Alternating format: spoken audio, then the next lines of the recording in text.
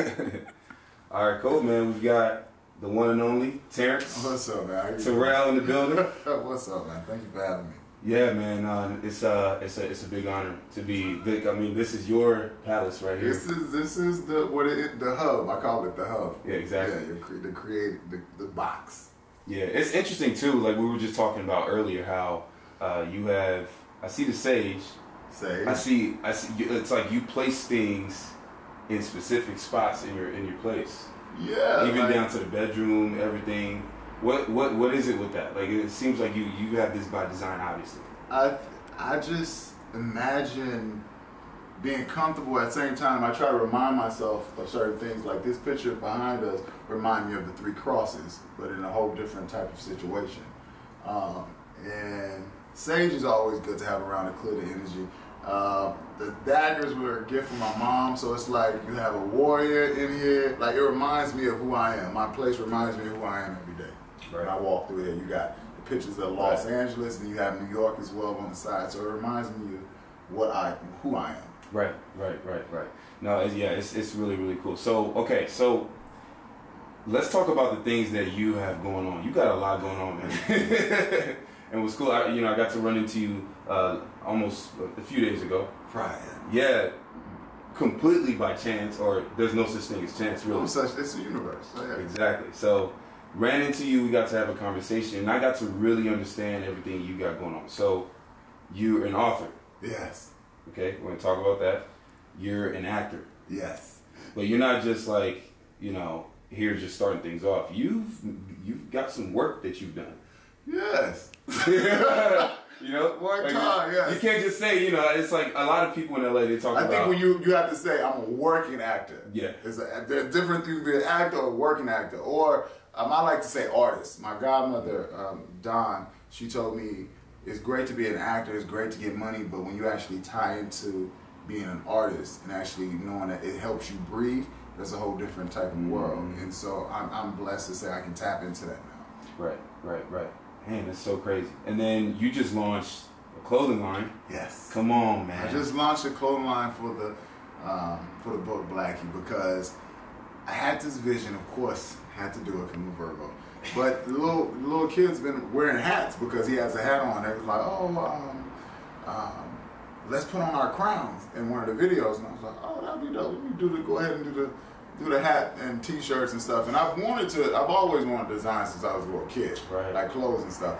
But my whole thing is it needs to make sense, and I just don't want to be out here throwing things around, like trying to see what sticks. Anything I do, I try to make sure if I wouldn't wear it, I ain't gonna sell it. You know what I mean? Or if even with the book, you see that it's hardcover. And I could have saved a couple $1,000s if it was paperback, but I remember being a kid not respecting paperbacks. Hardback books, I used to put in my backpack and it helped shape my backpack. But soft covers, I'll be like, or you spit them, you make, the spitballs and spit. Yeah. So it's like, I want kids to actually know, like, appreciate the value of the book. So, yeah. And when people see it, they're like, oh my God, it's a real book. I'm like, what does that mean? It's actually a real book. It's not paperback. It's a really nice quality book. Yeah, especially like in these days where, honestly, for me, this is, we're going to get to this in a second, but this is one of the, probably like the few books, physical books that I have in my house. Because I'm one of those guys that's like, phone. Yeah. I have, and I read all the time, but they're all on my phone. And it's not available. I made sure it's not available on ebooks or anything yet. I'm going to wait almost 2 years before it gets available because I want to bring it back to having a book. Right. You know what I mean? And kids can look and get them out their phones and actually let them see a book. Yeah. My nieces, they never really respected me. They're like 5 to 6. But now my niece, she was like, "Uncle, it's your book. You got a book." And like she's like, "I'm king now." She's like, "You got a book." Yeah. So it is something about physical, like something you can hold tangible. That makes a difference. I'm proud of it. Yeah, absolutely. So so we're gonna go into Blackie. Okay. So all right, I went on Instagram and then I stumbled upon your page, right? And I'm like, okay, this dude seems cool. And I saw all the photos of what you're doing. But then I saw this book and I was like, I don't know if he wrote it or, so I asked you, that's why I said, did you author this book? Yeah, that's what, like, what do you mean? I just wanted to be sure. That's all, man.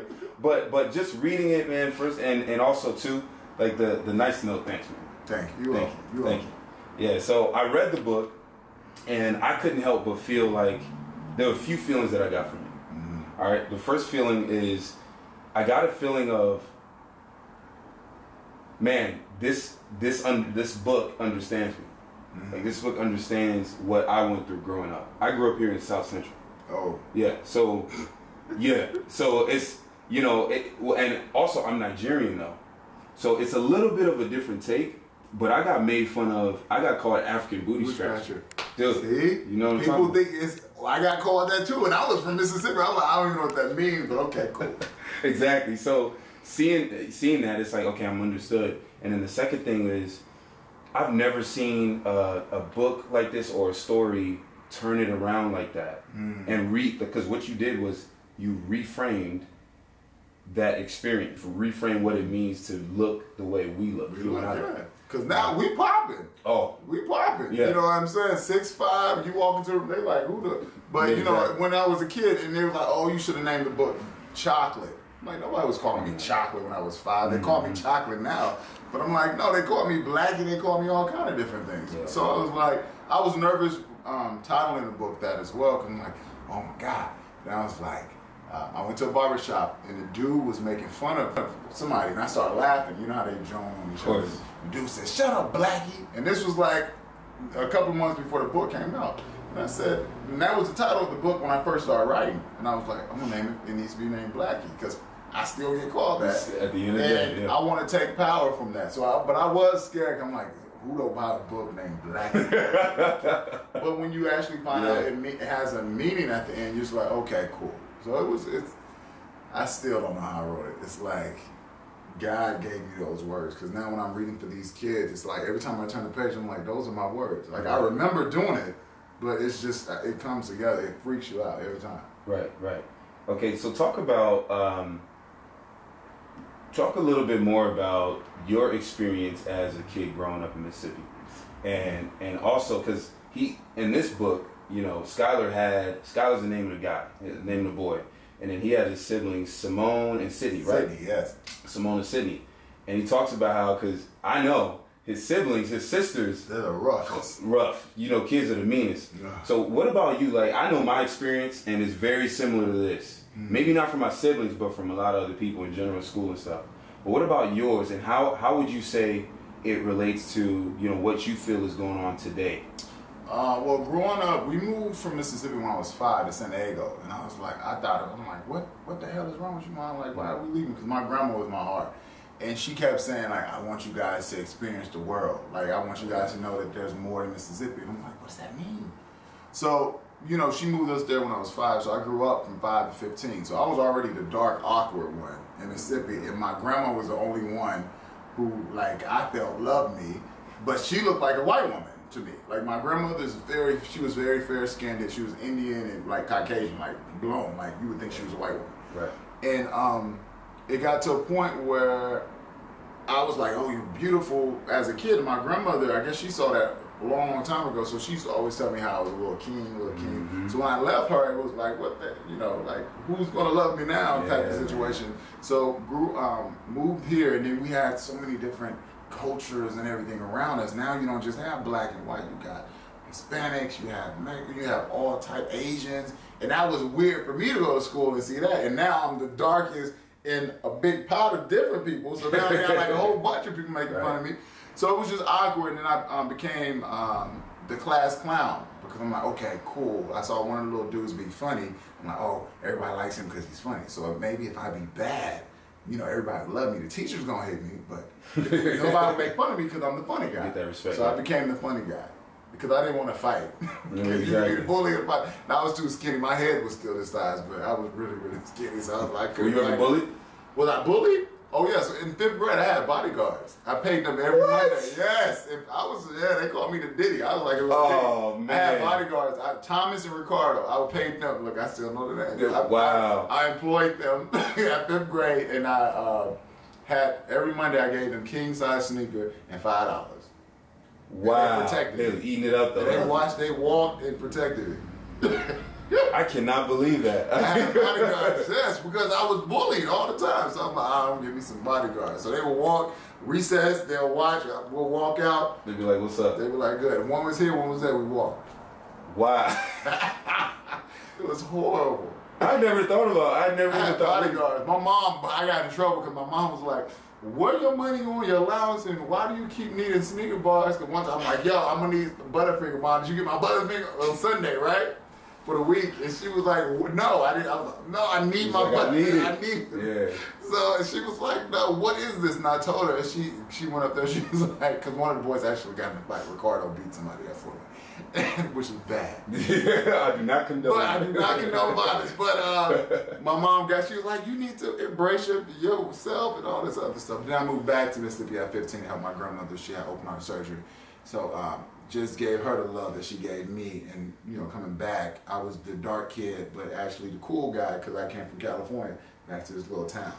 Yeah, man. So that was that. It was very different. Growing up like that, but I learned a lot. Going back and seeing bigger things. When I came back to Mississippi, all I wanted to do was go to school because that was the only way I could get out of the house. My grandma was like, if you ain't in sports or something, you ain't going nowhere. Go nowhere. So that's how that was. Sound like she raised you right though, man. Yeah, she did a good job. You came out okay. She did a good job. Yeah, she did a really good job. I was excited. I'm blessed to be raised by that woman. Yeah. So and then what? Okay, what's your vision now? You wrote the book. Oh, and you said how about times now? Yeah. Now, as little boys, we were always told that we were supposed to be dirty. Like, okay, go outside, you're a little boy, go get dirty. You know what I'm saying? Like, you don't need to change shoes. Go put the ugly shoes on, take your school clothes off. You know what I'm saying? Exactly. So we were always taught, like, we failed, we weren't supposed to cry, we weren't supposed to show any emotions. So my grandma was the entire separate. She was like, if you want to cry, you need to cry. You need to understand who you are, because she told me, you're very different. She said, right. you're like you have a light, and a lot of people are going to reach at you, and you need to learn how to be by yourself and energize yourself. And I'm like, what? Who are you? But that's how she used to talk to me. That's crazy. And I told her one time, like, you treat me like Rapunzel. You keep me in the house, and I only come out, whatever. But like now, especially what's going on, all this crazy violence, and I really feel sorry for these people who are doing these things because they don't know what really true love is. You know what I'm saying? Like just true self-love. Because anytime you're hating on somebody, you're talking about somebody, that's self-hate that you're projecting out somebody else. So these people, all this violence and stuff, that's just self-hate that they're trying to get out. Right. And it's really, I feel sorry for them. I just really feel sorry for them. But when everything was going on, I need to learn. I want to fight. Marching when they did that big march down the highway a couple of 8 months ago. Here in LA, and I was like, I want to fight, but bring it back to like the Martin Luther Kings, you know what I'm saying, and actually fight a different way, actually bringing light to subjects and love. And the first thing I was thinking, me and you, we're already set in our ways. We need to get back to these kids, because kids don't know any better. Nope.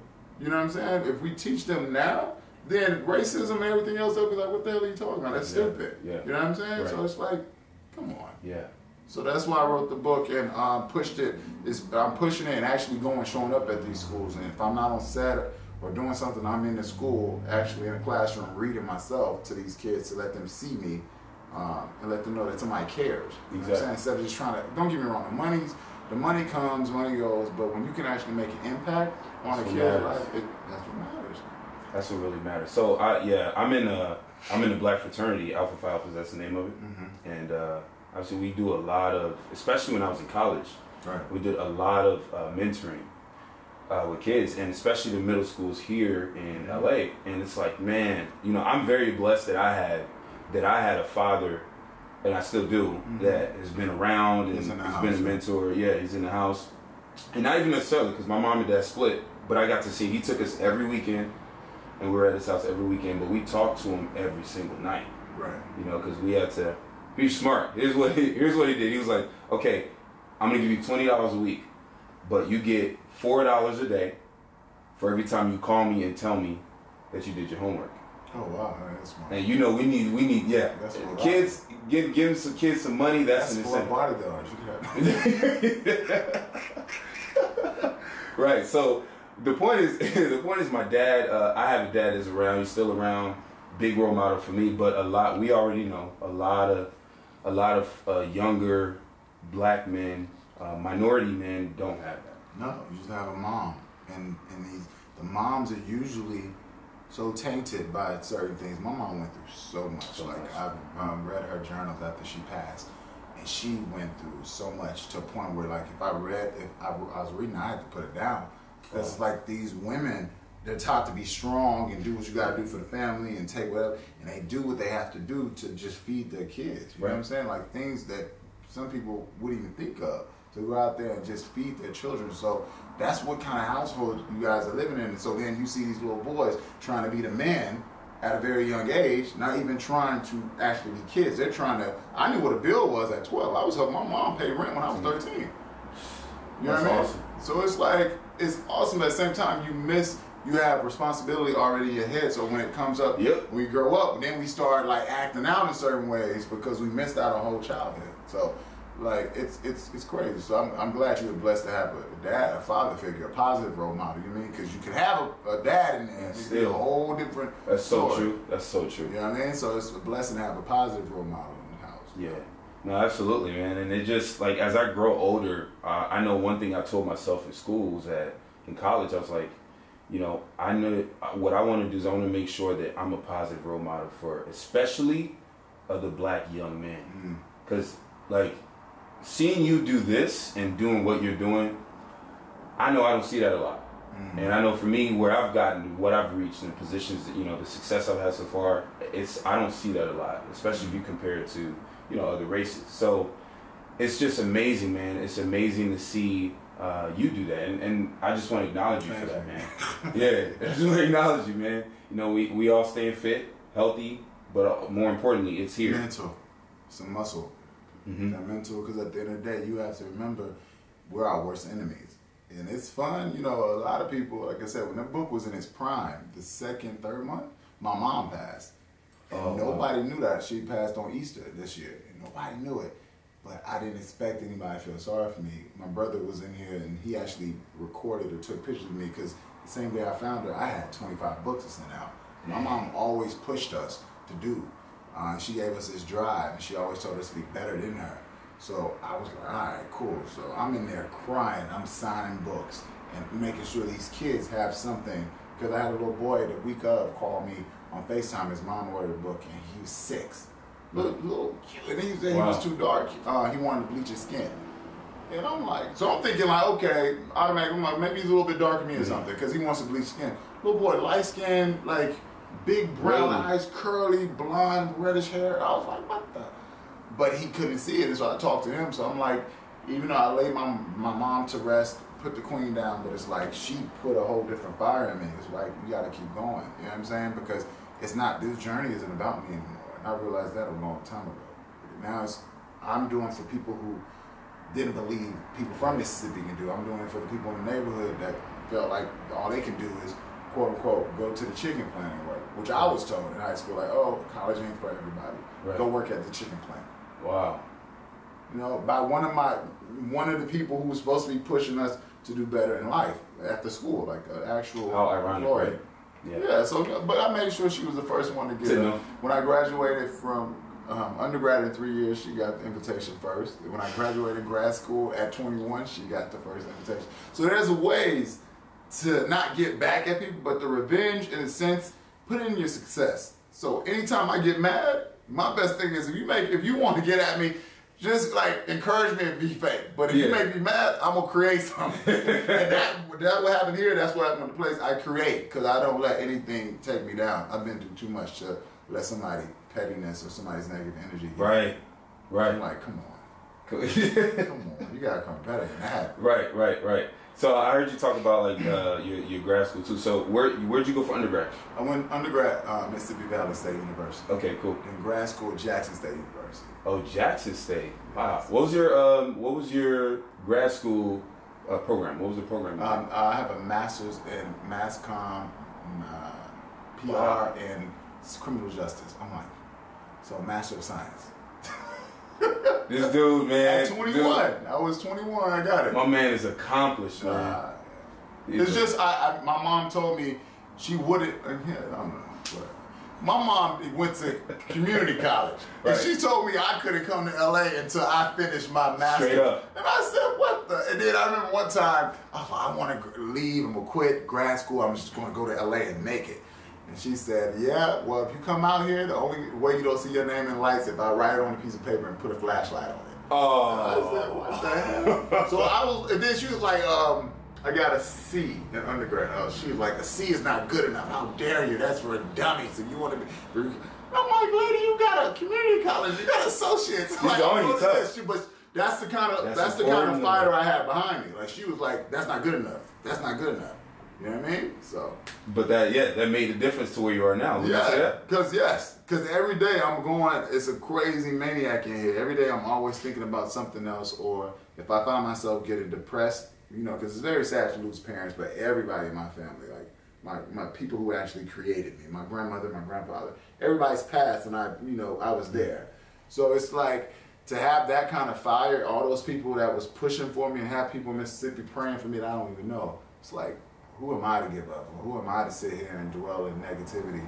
And all these people are taking their time to pray for me, or taking their time to buy a book, taking my time to even just like a picture. I don't take any of that lightly. Right, yeah. It's all a blessing. Man, this is really, really cool. Okay, so now you're here in LA, and then you decided to go into like film, acting. So what inspired that? Boomerang. The movie? Yes. Okay, you gotta explain. Okay, Eddie Murphy, Boomerang. I was, and we should have been watching that at that age. Like, I think I was like 7 or 6. It was crazy. I know what you. Yeah. But Boomerang, I remember seeing Eddie Murphy and his like swag. I'm like, oh snap! Then it was like Robin Givens, Holly Berry. I was like, oh, that's gonna be me. And I wanted to be an advertising executive, so that's why I thought I wanted to go to school for marketing. So I did all that, and then I was like, no, I want to actually be an actor because even when we were kids, we were so poor. I used to pretend things were pretend a lot, like things were good at home when it really wasn't. Having to pretend like we weren't hungry. Like I've been acting all my life. That's what I said. I've been acting all my life, even pretending like my mom had a job and she was basically at the house struggling on welfare. So it's like I've been acting and doing it. So when it was time to actually come out here and pursue it, I was like, oh, I want to be famous. But actually, like I said, my godmother Dawn, she was just like, you'll be fine because you have what it takes, but when you want to be an artist, all the other stuff comes with it. So I was like, okay, let me get into the art. And once I went through that depression and everything like that, that's why I know I'm doing so well after my mom's death, is because I've been through a dark place and I know how to create light from that. So when she passed, people were like, how are you doing? I don't even know how I'm doing. I was on set ordering her casket. Literally. But it's like, these people, you have 60 to 100 people come in early. If you're coming at 6 o'clock, they're there at 4, setting up for you. So these people are depending on you to do your job. Don't get me wrong, my mom, she would have been like, what are you doing? Keep going. So that's what we do. Wow, man. Wow. So where do you want to take your act currently? Because you've been in Criminal Minds. Yes, I'm a recurring on Criminal Minds. Yeah, exactly. Yeah. So you already, you already have been seen. Like you.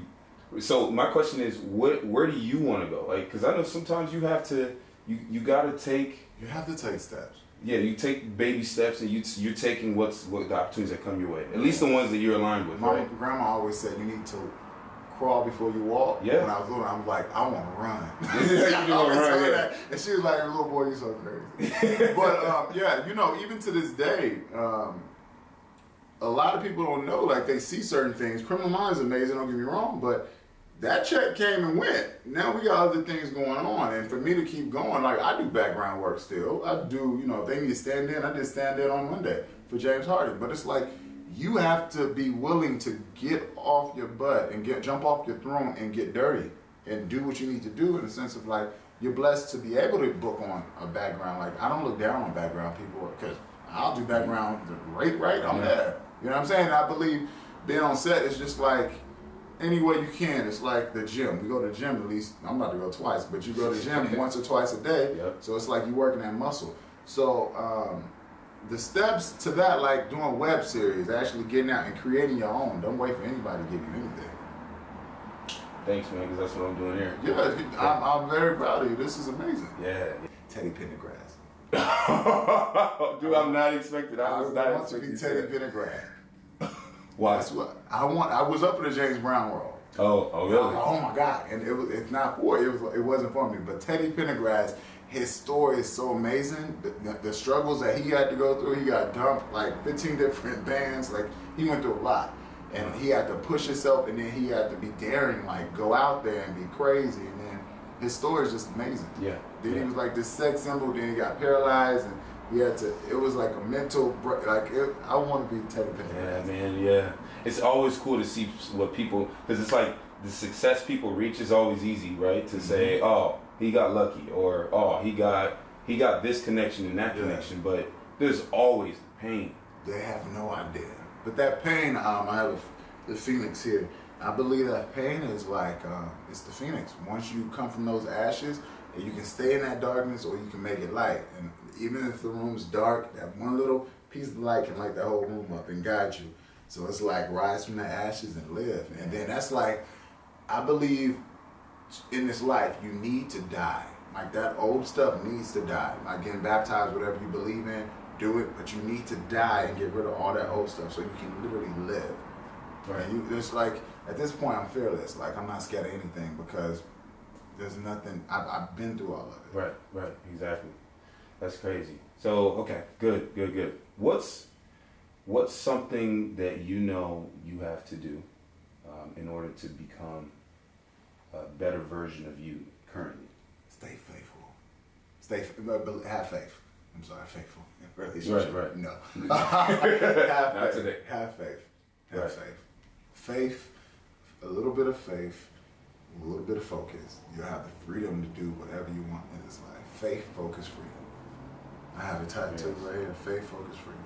Is that Arabic or something? Mm-hmm. You have to have faith in yourself, in whatever higher power you believe in, and focus. It's a lot of focus. You can't just tap something and walk away. You gotta you gotta really go in, yeah. And you were an athlete as well, right? Well, just through high school. In college, you know, I stayed on it. Yeah, but at the same time, you know that hard work pays off. If you go to this track and you're trying to beat that time, soon enough you're going to beat it, and then you got to beat that time to go. So it's like you got to stay focused with it. And you got to keep. You have to keep no matter what. No matter what. And even what I noticed too is that even when you're tired, it especially happens on the days you don't feel like it, or the days that you're tired, or even sometimes when you're injured or sick. You gotta go. You gotta show up. Yeah. And the coaches, I remember I had a coach that was like, if you feel like you're about to die, he's like, good, keep going. Like, what the hell? But it's right. That's when you really find out what you're made of. Yeah. And once you can push yourself to that limit, you be like, okay, well, how much further can I go? Yeah, exactly. That's great, man. That's great. What do you feel like people need to know that, like, something that you understood that people don't know?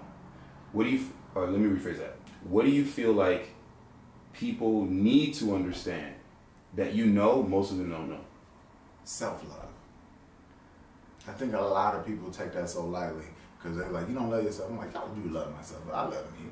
But really loving yourself for like the days when you don't feel like it, understanding that there's going to be some bad days, things are going to happen, but love yourself first. And then you won't have to worry about getting these crazy relationships and waiting for somebody else to love you the way you want to love yourself. So self-love. It took me a while, but yeah, you can't touch me now. Self-love. Because you don't have to, you shouldn't have to bow down or settle for anything less. Because if you put your best out for yourself, the person who whatever steps into your life, they're going to have to give you their best because you're always giving yourself the best. So self-love, and that comes. And then wondering why people were looking at me crazy, but I was creating all these things in my head. So that's self-love. So now when I walk in a room, when I'm like, or when somebody stares at me, I don't have an issue. People, we were kids, like, what you staring at? It's like, I don't have an issue with that. It's like, it's self-love because I know I love me. If you don't, it's fine. I don't have anybody in the house to love me, but I love me. So, I love me every day. You have to build that, right? Self-love. You have to build it, and it's real love when you can actually look in the mirror and really say you love yourself. Wow. And really feel it. Not just say it, but actually look at it and just smile and be like, you know what? You did a good job today, T. I'm like, good job, T. Right. Absolutely, man. Absolutely. Okay, cool. This is great. So now, what are you excited about? You know, right now, life. I'm excited about, and I believe once my mom died, I got more excited about living. You know what I mean? Like it's like, yeah, it's crazy. Good. It's like, but I'm excited about life every day. Like things may not happen exactly how, but it always connects, and they always come. Everything always connects and come together. Example, Friday, I was like, I got like $20. Lord Jesus, I want to do it. And sure enough, because I don't look down on background, I do what I gotta do. The dude called me on my way to that premiere, was like, oh, we're about to email you a check. And I'm like, email checks? He was like, yeah, we're about to email it. You just email it to you right now. And it was literally in my mail, in the email within seconds. Awesome. But it's like, I'm excited about life because no matter what happens, I know I got me because I have that self-love. So no matter what happens, right. If I need to sell something, if I need to get rid of everything else in this world, materialistic, I know at the end of the day, I got me. Right. So I'm excited just to see what's around the corner. Oh, man. And I'm ready. Man. There it is, I man. sit on ready. I like that. That's awesome, man. Okay, so how do we find you? So I know you're on Instagram. I'm on Instagram, on Facebook. Instagram is I am Terrence T, Terrencet. And then Skylar, he's I am Blackie. He got his own. He's popping. Like he got almost 3,000 awesome. followers in like a month. That's and awesome. I'm like, You got more love? Yeah, I remember telling my mom, like, he got more followers. And she's like, who's he? I was like, Skylar. She said, that is you. I'm like, nah, it's Hope. He's somebody else. But he's I Am Blackie, and his website is www.iamblackie.com or whatever you got. I bought all of them. .edu, it'll take you to this page, and now we have, I have gear. You can buy gear there. You can buy soon backpacks. They'll have like little backpacks there that I'm designing now. And you can buy the book, of course. And then the other 2 books that are coming out will be out on his site. And then my site is TerrenceTerrell.com. TerrenceTerrell.com. Yeah, okay. And I am Terrence T or Terrence Terrell on Facebook. Okay, cool. And then anybody can just Google you, Terrence Terrell, obviously. Right? Okay, that's good. So funny. Yeah, he's like, yeah, that's for sure. What and then what about your clothing line? Like, have you still setting that up? The clothing line's out. The clothing line's up and running. It's on the site, so if you go there, you can actually, there's 5 different outfits you can pick from. The t-shirts come in white and black, and Skylar's outfit, the one that he has on at the end, the blue one, his outfit's in there as well. So he has like the actual outfit. Yeah, so you got the red cap, the blue shirt and the shorts, and so there's different versions of it, and the little red hats on there as well. Okay. So, yeah, you can go to the clothing line. The clothing line's on there. Oh, that's fire. Yeah, that's dope. Okay, cool, man. All right. Well, once again, man, I just want to acknowledge you one more time. Thank you. It's not every day you see someone who's willing to step out there and take the lead. Like I'm all about us empowering each other, number one, and empowering those who need it. A lot of our youth need it, and that's for sure. And no matter the age it is, it's like, we all, self-love is always gonna be, and it takes everyday work. And at the end of the day, if you find out love is behind everything, and I first went, what the hell, that makes no sense. But all this fighting, all this arguing, it's something to do, like love is behind. Somebody's not hugging somebody enough, or just saying, I love you. Because if it was, my mom used to make us watch Care Bears. And we used to hate it. But we care. When they wanted to beat the evil or whatever, they got together and they would scream, we care, we care. And you just saw all this beautiful love. So we need stuff like that back. I will be the Black Dr. Seuss. Oh, okay. Well, this is the start, though. He has 3 more books coming out. He has some friends coming. Oh, his homeboys. He got some homeboys, homegirls. They coming. They coming with fire. That's cool, man. Yes. That's cool. So yeah, just once again, acknowledging you for just being you, man. Thanks. I appreciate it one more time. And keep doing your stuff. This is beautiful. Oh yeah, no. Because you jumping out, you're doing your own thing, and let's not just pretend like I'm the only person doing it. You're creating, and you're jumping out, you're doing what you got to do, and you're pushing, and you're going against the grain. Yeah. And that takes some guts. Yeah, absolutely. Anybody can sit behind a desk and hide. But when you step out and you supporting yourself, and all you have is you.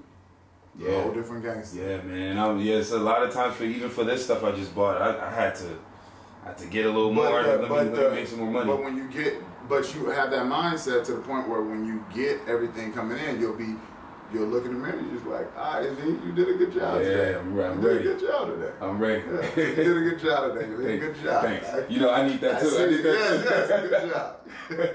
All right, man. Well, once again, this is great, and dude, hopefully I can catch you later. You know, don't forget about us little people when you make it big, man. Man, no such thing. Come on, man. Cut it out. Come on, man. Cut it out. Forget about I would have the same phone. We live 5 minutes away. Yeah. Don't come over here at 6 o'clock in the morning talking about going. I don't do that. Not 6 a.m. You can come like 8, 9. We'll see. But no, 6 a.m. You've been cussed out. Get a book thrown at you. Real quick. But all right, man. Appreciate it. Thank you for doing it.